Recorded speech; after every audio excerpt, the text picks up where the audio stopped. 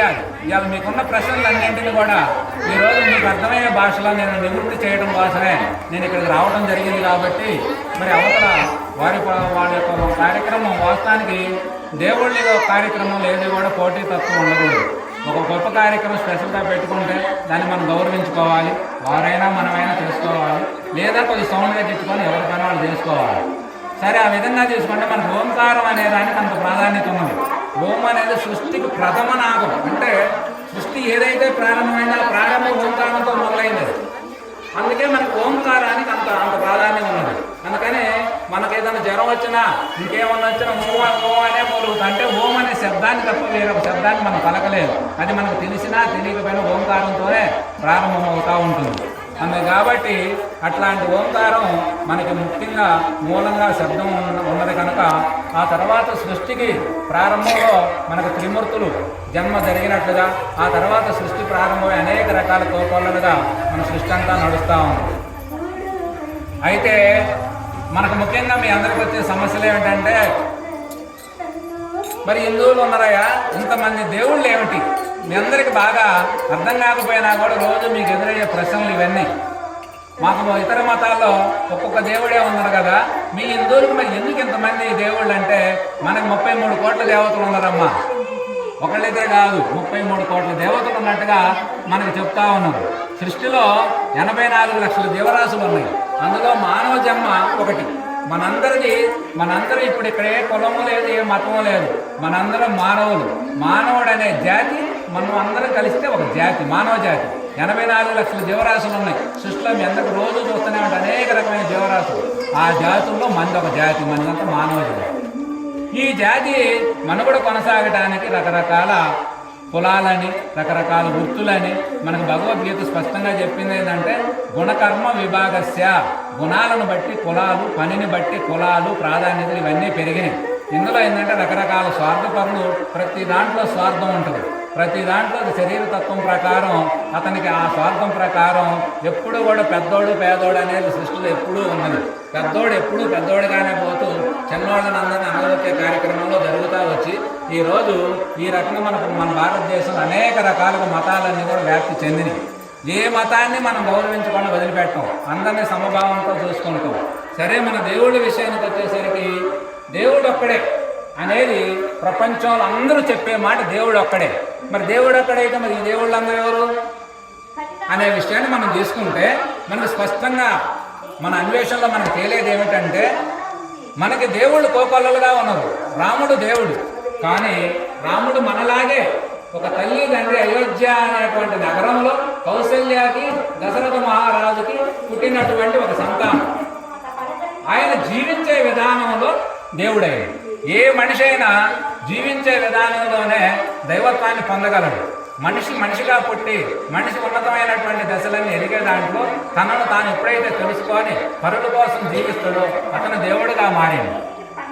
అందుకని మన భారతదేశంలో ఉన్నటువంటి మరి ఇంతమంది దేవుళ్ళు ఏమిటి అంటే, దేవుళ్ళు వేరు, దైవం వేరు. దేవుళ్ళు దైవానికి ప్రతిరూపాలుగా ఉన్నారు. ఇవాళ దేవుళ్ళందరూ మరి ఒకే దేవుడు అని చెప్తే, ఇప్పుడు ఆ దేవుడే దేవుడైతే మరి ఈ దేవుళ్ళందరూ ఎవరు? పోనీ ఆ దేవుడు ఎప్పుడు పుట్టిండు? 2000 సంవత్సరాల క్రితం పుట్టిండు. ఈ దేవుడు ఎప్పుడు పుట్టిండు? ఇంగ్లీష్ వాళ్ళ లెక్కల ప్రకారం భారతదేశాన్ని వాళ్ళు మన 200 సంవత్సరాలు పాలించారు క్రైస్తవులు. 200 సంవత్సరాలు పాలించిన తర్వాత రాముడికి రామాయణానికి ఇంత ప్రాధాన్యత ఏమిటి అనేది వాళ్ళు అన్వేషణ చర్చ చేస్తే వాళ్ళకి తెలియదు ఏమిటంటే, రాముడు పుట్టి సుమారు 7000 సంవత్సరాల పైన అయిందని తేల్చారు వాళ్ళ లెక్కల ప్రకారం. మన లెక్కల ప్రకారం అయితే యుగం మారింది. 8,80,000 సంవత్సరాలు అయింది రాముడు పుట్టి. రాముడు భూమి మీద పుట్టి 11,000 సంవత్సరాలు జీవించాడు. 11,000 అంటే మనకు ఆశ్చర్యం అనిపిస్తుంది. ఆశ్చర్యం ఏమీ లేదు. వాళ్ళ తండ్రి దశరథ మహారాజు 60,000 సంవత్సరాలు రాజ్యాన్ని పాలించాడు. ఎందుకంటే సృష్టి ఆది నుంచి ఆయుష్ ప్రమాణం అప్పుడు 1,00,000 సంవత్సరాలు మానవుడు జీవిస్తే అది తర్వాత 10,000కి వచ్చి 1000కి వచ్చి ఇవాళ మన కాలానికి వచ్చేసరికి 100 వచ్చింది. ఇప్పుడు 50-60కి వచ్చింది అనుకోవాలి.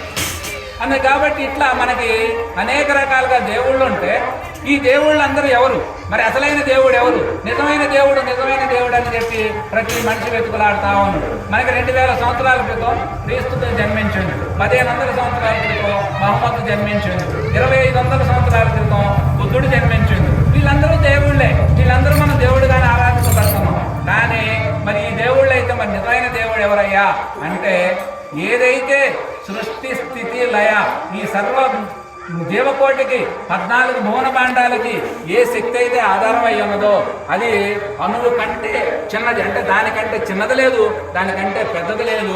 దాన్నే దైవం అని, భగవంతుడని, పరమాత్మ అని, పరం బ్రహ్మం అని, ఆది పరాశక్తి అని వాళ్ళు క్రైస్తవులు పిలిచేది కూడా యెహోవా, యెహోవా కుమారుడు యేసు ప్రభు. అంటే యెహోవా అనేది కూడా గుణరహితమైనటువంటిది, మన అందరికి కూడా ఆధారమైనటువంటిది ఏది ఉన్నదో దాని పేరే యెహోవా, అల్లా, ఇట్లా పేర్లు పెట్టారు. ఈ దేవుళ్ళందరూ చేసిన పని ఏమిటి? రాముడైనా కృష్ణుడైనా చేసిన పని ఏమిటి? రాముడు భారతదేశంలో జన్మించి అనేక రకమైనటువంటి రాక్షసుడు అంటే దుర్మార్గుడు, లోకాన్ని పీడించేవాడు, చెడ్డవాడు, వాడు ఎవడైతే లోకాన్ని వాడందరిని కూడా ఇబ్బందులు పాలు చేస్తా ఉన్నాడో రావణాసురుడు లాంటి వాడు పరస్త్రీ వ్యామోహం పురుషుడైండు, మోహానికి లోనైండు, మరి మదానికి లోనైండు, లెక్కలేని తనం వచ్చింది, తప్పు చేసిండు, ఎన్నో వరాలు పొందిండు. ఆయన కూడా లోకాన్ని అంతా అస్తవ్యస్తం చేస్తూ ఉంటే రాముడు మానవ మాతృడిగా పుట్టి సీతమ్మని ఆయన అపహరించకపోవటం వల్ల ఆయన మీద యుద్ధం చేసి 22 రోజులు యుద్ధం చేసి రాముడిని సంహరించాడు. ఎప్పుడైతే రాముడిని దుర్మార్గుని సంహరించిండో ఈయన మంచివాడుగా లోకంలో కీర్తింపబడటం జరిగింది. ఇలా కీర్తింపబడే ప్రతి ఒక్కడు కూడా మనకు కృష్ణుడు కూడా 5252వ పుట్టినరోజు రేపు కృష్ణాష్టమి మనం చేసుకోబోయేది. 5252వ పుట్టినరోజు కృష్ణుడు జన్మించి, అంటే మన భారతీయ సనాతన ధర్మం అంటే సృష్టి ఆది నుంచి మనకి ఈ యొక్క పరంపర కొనసాగుతూ వస్తూ ఉన్నది. దైవ జ్ఞానాన్ని పొందాలి అంటే ఒక భారతదేశంలోనే పుట్టాలి మానవుడు అనేవాడు. ప్రపంచంలో ఏ దేశానికి కూడా దైవాన్ని కనుక్కునే శక్తి వాళ్ళకి లేదు. వాళ్ళు సైన్స్ పరంగా ఎదిగారు, వాళ్ళు అనేక గోళాల్లో తిరగవచ్చు, కానీ తనలోకి తాను ప్రవేశించి తనలో ఉన్నటువంటి దైవత్వాన్ని కనుక్కోగలిగేవాడు మాత్రం భారతీయుడే. అది భారతీయుని యొక్క సొంతం. అది మనకు ఋషి పరంపర కొన్ని వేల సంవత్సరాల నుంచి మనకు అందించడం జరిగింది. అది ఏదో మన అభూత కల్పనలో కాదు, మనంతా కూడా లాజిక్గా ఉంటుందే తప్ప మ్యాజిక్గా ఏదో జరిగిపోద్దని చెప్పేది కాదు. ఈ రకంగా మన దేశంలో బ్రహ్మాండమైనటువంటి దేవీ దేవతలు మనకు 64 కళలు ఉన్నాయి. ఆ కళలన్నింటిని కూడా మన ఋషులన్నీ ఏ కళకి ఏ నాడి బాడీలో కదలికలు వస్తాయి ఇవన్నీ కనుక్కొని మనకు అందించే రకరకాల ఆహార నియమాలు, రకరకాల పద్ధతులు. ప్రపంచం కళ్ళు తెరవక ముందు, బట్ట కట్టక ముందే భారతదేశంలో బట్టలు వేశారు మన పూర్వీకులమ్మ. మనకు అనేక రకమైన కనిపెట్టారు. అవి ఎవరంటే మీ తాత, మా తాత, మన ముత్తాతల పరంపర కొన్ని వేల సంవత్సరాలు కొనసాగుతూ ఉంది. ఆ వారసత్వం అదంతా మనం కాపాడుకోవాల్సిన అవసరం ఉన్నది. అద్భుతమైనటువంటి దైవ జ్ఞానాన్ని పొందాలి అన్న మనిషి చేసుకోవాలంటే మన భారతదేశంలో ఉన్నటువంటి భారతీయ సాంప్రదాయం తప్ప మరొకటి లేదు. ప్రపంచంలో అనేక రకమైన మతాల నుంచి భారతదేశం మీద దాడులు చేసినాయి. ఇస్లాం మతం 700 సంవత్సరాలు భారతదేశాన్ని పాలించి అనేక రకమైన దేవాలయాలు ధ్వంసం చేసి అనేక రకాలుగా గ్రంథాలను తగలబెట్టి సంస్కృతి అంతా దెబ్బతీసింది. అయినా భారతీయులు దాన్ని ఎంతవరకు ఉంచాలో అంతవరకు ఉంచి ఖండించి అయినా భారతీయ దేశంలో ఉన్నటువంటి ఆధ్యాత్మిక జ్ఞానం చెప్పుచెదరకుండా కాపాడగలిగారు. అలాగే క్రైస్తవులు మరి 200 సంవత్సరాలు మన దేశాన్ని పాలించారు. అయినా సరే మన దేశం ఈరోజు కూడా భారతదేశం గొప్ప దేశంగా, హిందూ దేశంగా ఉండటానికి కారణం ఏమిటంటే ఏకత్వంలో భిన్నత్వం, భిన్నత్వంలో ఏకత్వం, అదే భారతీయ తత్వంగా లోకమంతా కొనియాడబడతా ఉంది. ఒకప్పుడు ఇంతవరకు మన భారతదేశంలో పుట్టిన హిందూ మతం ఇది మతం కాదమ్మా. ఎందుకంటే మతం ఇప్పుడు క్రీస్తు, బుద్ధుడు వీళ్ళందరూ వాళ్ళ చేత స్థాపించబడినటువంటి ఆ మతాలు. ఇది మనది మతం కాదు, సత్య మార్గం, ధర్మనిష్ట, జ్ఞానంతో కూడుకున్నటువంటి ఋషత్వం. మనం ఎప్పుడు నిత్యం తన తాను వెతకటంలో ఇది పరంపరగా కొనసాగుతా ఒకరి నుంచి ఒకరికి అందించుకుంటూ పోయేదే తప్ప మన మతానికి స్థాపకులు ఎవరని చెప్పాలి? రాముడు, కృష్ణుడు ఈ మధ్య జన్మించిన వాళ్ళు. అంతకంటే ముందున్నది వేదం పుట్టి, వేదం మనకు చాలా ప్రమాణమైనది. వేదం పుట్టి 2,50,00,000 సంవత్సరాలైందని చెప్పి అమెరికా శాస్త్రవేత్తలు తేల్చారు. 2,50,00,000 సంవత్సరాల క్రితం వేదం పుట్టిందంటే ఇక మనకి ఎంత ప్రాచీనమైనటువంటి చరిత్ర ఉందో మీరు అందరూ ఆలోచించాలి. మనకు వేదము 4 వేదాలుగా విభజించి వేదవ్యాస మహర్షి 108 ఉపనిషత్తులు ఉన్నాయి, 18 పురాణాలు ఉన్నాయి, 54 ఉపపురాణాలు ఉన్నాయి. మనకి రామాయణం, భారతం ఇతిహాస గ్రంథాలు. ఇతి అంటే ఇక్కడ ఇలా జరిగినది, అందులో ఇదిగో మంచి ఇది చెడు, నీకు ఎలా కావాలో తేల్చుకో అని చెప్పేదే ఇతిహాస గ్రంథం మూల పురుషుడు మనకు రామచంద్ర ప్రభు రామాయణానికి. ఎందుకంటే రాముడిని మనం ఎందుకు పెట్టుకుంటాం? 4 ఇళ్ళు కట్టినా ఈ మతాలన్నీ వాడు వచ్చినాయి. 4 ఇళ్ళు కట్టిన ముందు రామాలయం పెట్టుకుంటాం. నలుగురు మనుషులు ఉంటే అందులో ఇంట్లో ఒక మనిషికి రాముడి పేరు పెడతాం, ఇంట్లో ఒక ఫోటో పెడతాం. ఎందుకు? రామ కుటుంబం అన్నాదమ్ములు ఎలా జీవించాలో చూయించింది. ఎందుకంటే లోకంలో మాటలు చెబితే సరిపోదు, ఆచరించి చూయించాలి. అలా చూయించిండు. మానవుడు ఎట్లా ఉద్ధరించబడాలి, మానవుడు కుటుంబ వ్యవస్థ బలంగా ఉండాలంటే ఎలా ఉండాలి అనేది మానవుడుగా పుట్టి ఎట్టి మహిమలు లేకుండా అన్నాదమ్ముళ్ళు ఎలా ఉండాలి, భార్యాభర్తలు ఎలా ఉండాలి, ఇరుగు పొరుగులతో ఎలా ఉండాలి, ఒక రాజుగా ఎలా ఉండాలి, ఎట్లా అందరిని ఎట్లా గౌరవించాలి, రాజ్యాన్ని ఎట్లా పాలించాలి, ఇవన్నీ చూయించినటువంటి ఆదర్శ పురుషుడే రాముడు. అందుకనే రాముడిని పెట్టుకుంటాం. రామాలయానికి వచ్చి మీరు భయం చేయండి. ఎవరన్నా మీరు రోడ్డు పోత ఏదన్నా తప్పు మాట్లాడినా, ఇంటికి పోయి మీరు తగాదు పెట్టుకున్నా, ఇప్పుడు దాకా రామాలయానికి పోయి భయం చేసిన ఉపయోగం అంటాం. ఎందుకంటే రామాలయానికి పోయి వచ్చే మనిషి చాలా పద్ధతిగా గౌరవంగా ఉండాలి, ఇంట్లో అత్తమామలతో బాగుండాలి, తల్లి కొడుకులు బాగుండాలి, అన్నదమ్ములు బాగుండాలి. ఇట్లా అనేక రకమైన మన సాంప్రదాయం అంతా గౌరవపూర్వకంగా మానవ జీవితాన్ని ఉద్ధరించడానికే రాముడిని మనం ఆదర్శంగా పెట్టుకున్నాం. అలాంటి రాముడిని, అలాంటి మనకి కృష్ణుడు అన్నాడు. కృష్ణుడు అంటే జ్ఞానం.